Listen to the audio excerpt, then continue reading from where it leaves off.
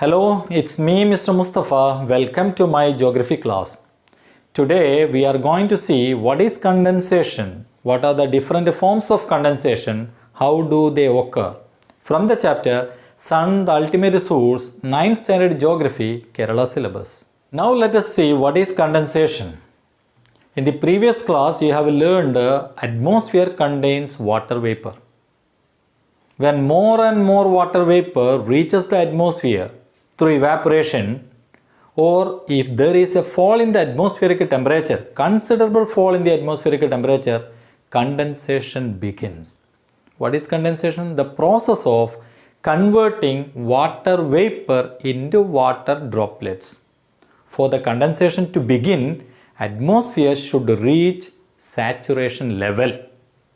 So remember, the process of converting water vapor into water droplets is called condensation. There are different types of condensation, different forms of condensation. Have a look at. What are the different forms of condensation? They are dew, frost, fog, mist and clouds. Let us see the first one, that is dew. When you go out early in the morning after a cold night, you may see tiny water droplets clinging on to the blades of grasses in the open air. And such a tiny water droplets you see early in the morning on grasses, leaves are in fact dew. Have a look at the water droplets on the leaf. You may see such a tiny water droplets on the leaf early morning following a cold night. Such water droplets are dew. How is dew formed? The surface of the earth gets cooled during night and it cools the near atmosphere. So the water vapor in the atmosphere condensed into water droplets. Such a condensed water droplets clinging on to the cold surface. That cold surface can be either your car parked outside or grasses or leaves, and such a tiny water droplets are called dews. And you know that dew disappears when sun rises. Why? Because it is through evaporation that water droplets disappears. Second one is frost. There are certain places on Earth's surface where the night temperature falls below the 0 degrees Celsius. In such places, when condensation occurs, instead of forming water droplets, tiny crystals of ice are formed, such as tiny small crystals of ice are called frost. You see that one. Look at the picture where you could see tiny crystals of ice clinging on to the blades of grass. Such a tiny crystals of ice are called frost. Next one is mist or fog. You know that the atmosphere has dust particles. When water vapor condenses on dust particles and remains suspended in the atmosphere, mist or fog are formed. What is the difference between mist and fog? Mist, you have a look at the mist is less dense, fog is dense. That is, there is mist. There is always mist before and after fog. That is, first mist appears, then mist is thickening, then fog is formed, then fog is lightening, then mist is formed, then it disappears. Anyhow, the classification between the mist and fog is on the basis of range of visibility, whether we can see range of visibility. If the range of visibility is more than 1 kilometer, that one is called what? Mist. And if the range of visibility is less than 1 kilometer, it is called fog. You see that one.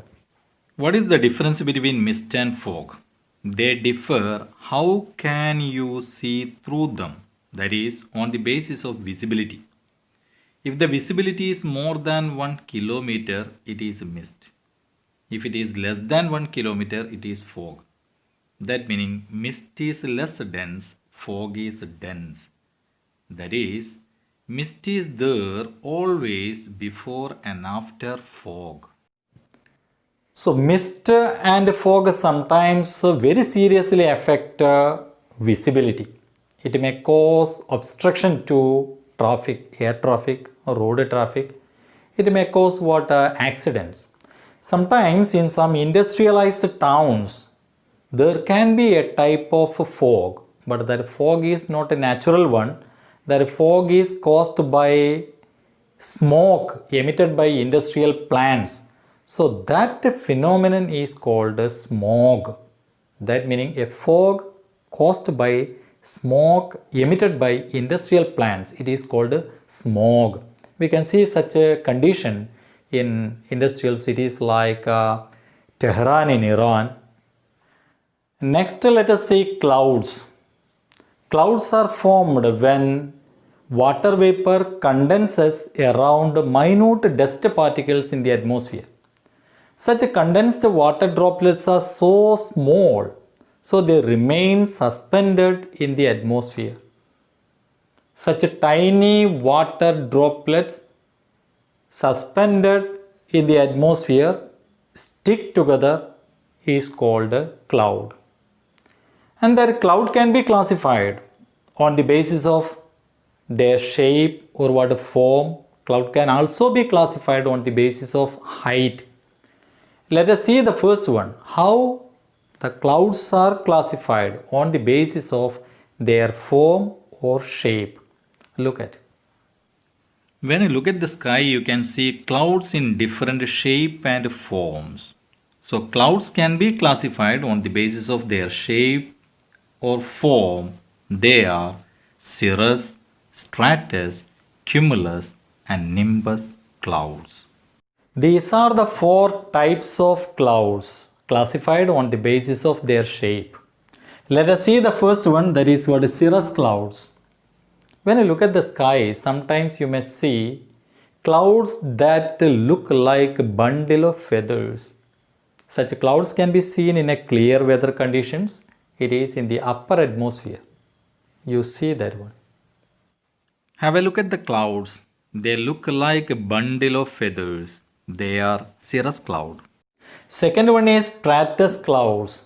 They appear in thick layers in the lower atmosphere. And you may look at. These clouds appear in the sky in thick layers, like a sheet is called stratus clouds. Third one is cumulus clouds. When you look at the sky, sometimes you may see there are clouds which look like a huge cotton bundle. Such clouds are formed due to strong convection current. These clouds have a large or high vertical extent. You see that one. These clouds look like huge cotton bundles. They are cumulus clouds. So fourth type of clouds are nimbus clouds. They are seen in the lower atmosphere. They are dark in color and they are rain clouds, that meaning rain bearing clouds. Why do they look like dark? Because the thick concentration of water droplets. And that thick concentration of water droplets do not allow sunlight to pass through. These dark and rain-bearing clouds are called nimbus clouds. Why they are dark?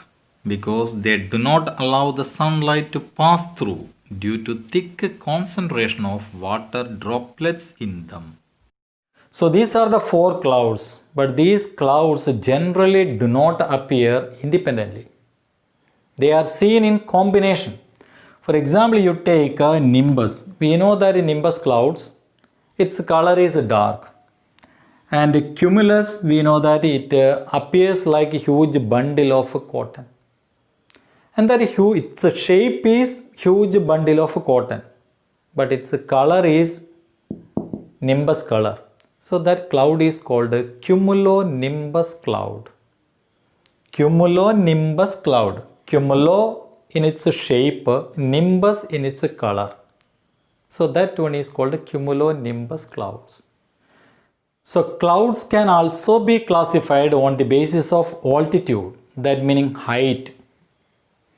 And here their classification are 4: high clouds, medium clouds, low clouds, and clouds with a great vertical extent. High clouds meaning clouds which are seen at an altitude height of 20,000 to 40,000 feet. And medium clouds which are seen at an altitude of 7,000 feet to 20,000 feet.